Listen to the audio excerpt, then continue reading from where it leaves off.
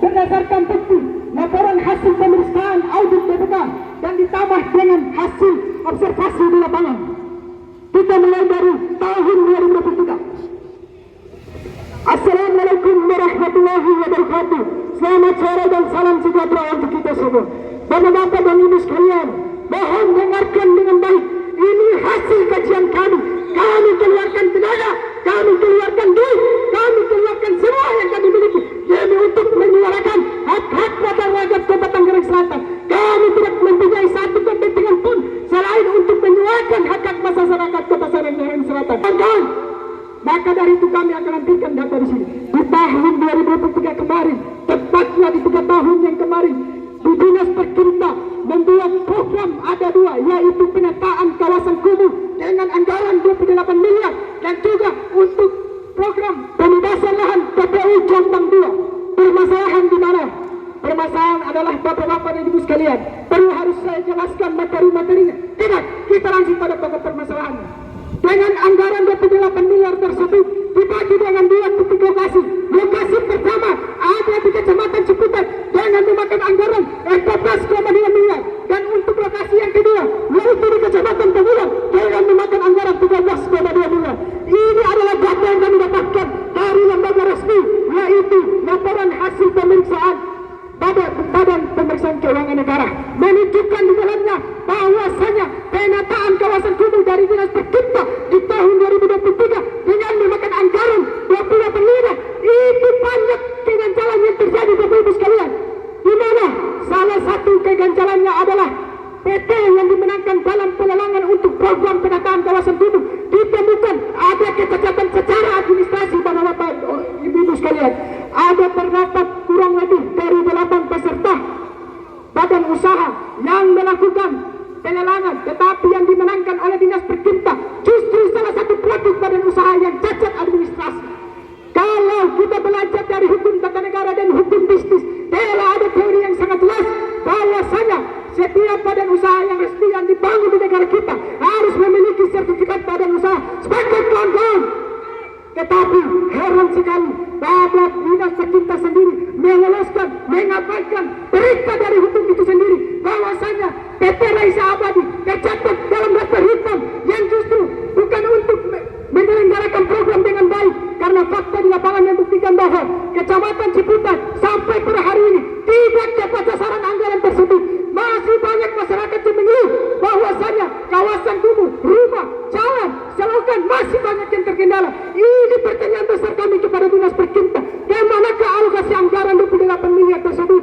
Dan di sini bapak-bapak ibu sekalian, pembuktiannya berdasarkan laporan hasil kekayaan penyelenggara negara, yaitu dapat kepada Dinas Perkinta, di mana di tahun 2023 hingga per hari ini memiliki kenaikan harta sebesar 2 miliar. Pertanyaan logis dari kami, dari mana uang tersebut Anda dapatkan? Sebab Anda adalah eselon 1 di pemerintah Kota Tangerang Selatan yang memiliki harta tidak sebanyak itu. Sebagai contoh, Bapak Dinas Perkinta Aris Kurniawan memiliki kendaraan yang sangat mewah, yaitu Fortuner. Bapak-bapak dan ibu sekalian, sangat tinggi sekali. Masyarakat Kota Tangerang Selatan membutuhkan rumah yang layak, jalan yang lancar, hidup mereka nyaman dan aman. Tetapi anggaran itu dimanfaatkan untuk memberikan pelayanan terhadap mereka sendiri. Rumah mereka tambah besar, tanah mereka tambah luas, dan kendaraan mereka sangat bawah.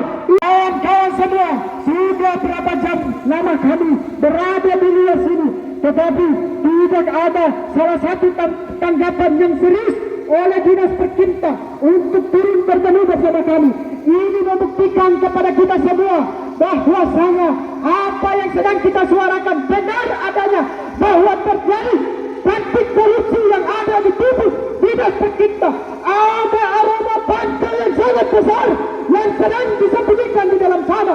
Perlu kita ketahui bersama, bapak-bapak dan ibu sekalian, kami yang tergabung di dalam kelompok aktivis tanah air telah melakukan audiensi dan juga aksi jilid pertama, dan di sana ternyata Bapak Aris Kurniawan beserta perangkat jajarannya tidak berani untuk mempertanggungjawabkan data-data yang kami dapatkan. Fakta menunjukkan bahwa saya program penataan kawasan kumuh dan juga pembebasan lahan TPU Jombang Zona 2 beserta pasok dan pasif yang masih Kabar baik dan juga terkait dengan anggaran yang telah diturunkan berdasarkan APBD Kota Tangerang Selatan tahun 2023. Perlu kita ketahui bersama Bapak Ibu sekalian, tadi rekan-rekan masa aksi di sini tidak untuk membuat kita bersama untuk saling mengganggu, saling bergesekan, tetapi kami hanya ingin bagaimana para aparat penegak hukum baik itu Polisi dan juga aparat kepolisian untuk memfasilitasi kami, sebab sudah jelas di dalam undang-undang kepolisian bahwasanya ketika ada sekelompok mahasiswa yang menyuarakan aspirasi masyarakat, maka tugas peran penting bagi aparat penegak hukum adalah memfasilitasi untuk bertemu dengan dinas-dinas tersebut. Sepakat kawan-kawan, hari ini kita bernilai, kita melihat bagaimana bisa kami berdiri sini sebagai garis perjuangan masyarakat Kota Tangerang Selatan, dan ada suatu pembatas di depan kita kepolisian yang kemungkinan besar mencari kaki, mencari mereka dari oknum-oknum yang tidak bertanggung jawab. Kami bilang sekali lagi dengan tegas, Kota Tangerang Selatan sudah berusia 17 tahun, tetapi belum sampai hari ini persoalan yang dapat diselesaikan. Salah satunya adalah pengabaian terhadap pelayanan publik, transparansi mengenai anggaran-anggaran yang ada belum ada.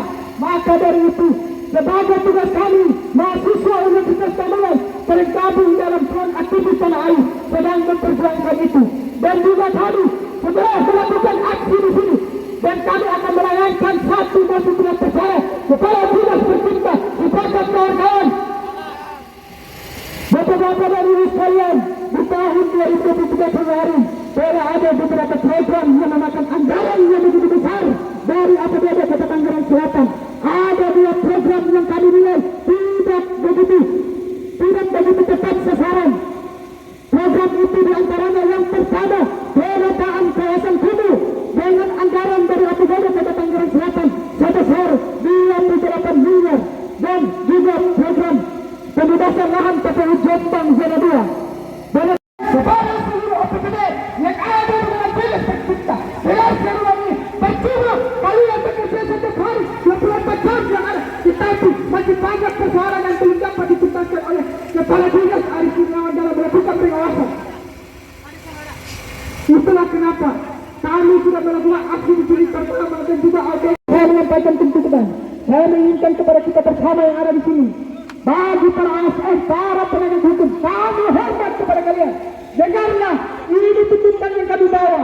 Tuntutan yang kami bawa ini sudah jelas dan terang, diatur di dalam undang-undang dan juga hukum yang berlaku di negara kita. Dan ini merupakan kelalaian yang dilakukan oleh dinas tercinta sendiri. Dan sehubungan dengan hal di atas, maka aksi demonstrasi pada hari ini kami menuntut poin pertama, mendesak kepala dinas tercipta agar transparansi alokasi anggaran berdasarkan program pemerintah tahun 2023 dari 5 program pemerintah dengan total anggaran sebesar 353 miliar dan hanya terrealisasi sebesar 349 miliar, dan terdapat ada penyalahgunaan alokasi anggaran sebesar 3,3 miliar. Itu untuk tuntutan pertama.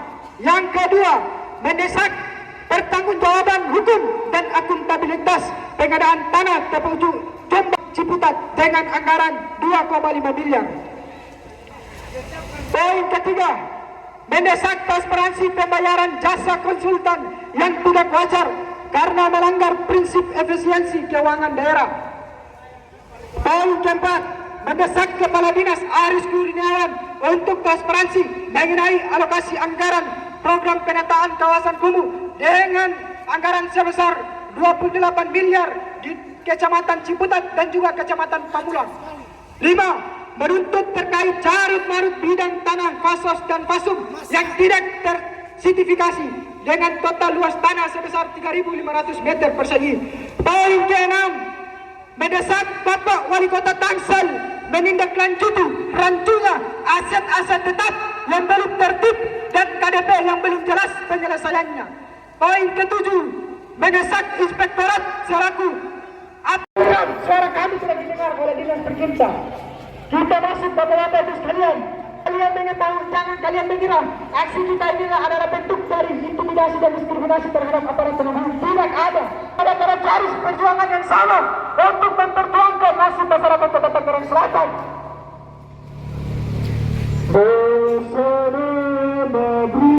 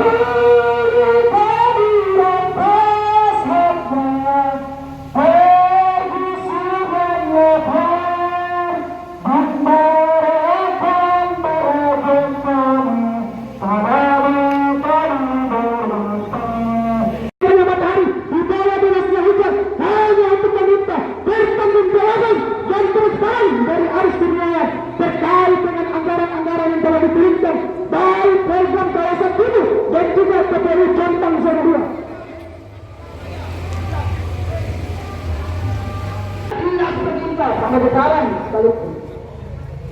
Hari ini kami mengatakan bahwa kami tidak percaya lagi pada dinas pemerintah bersama getaran.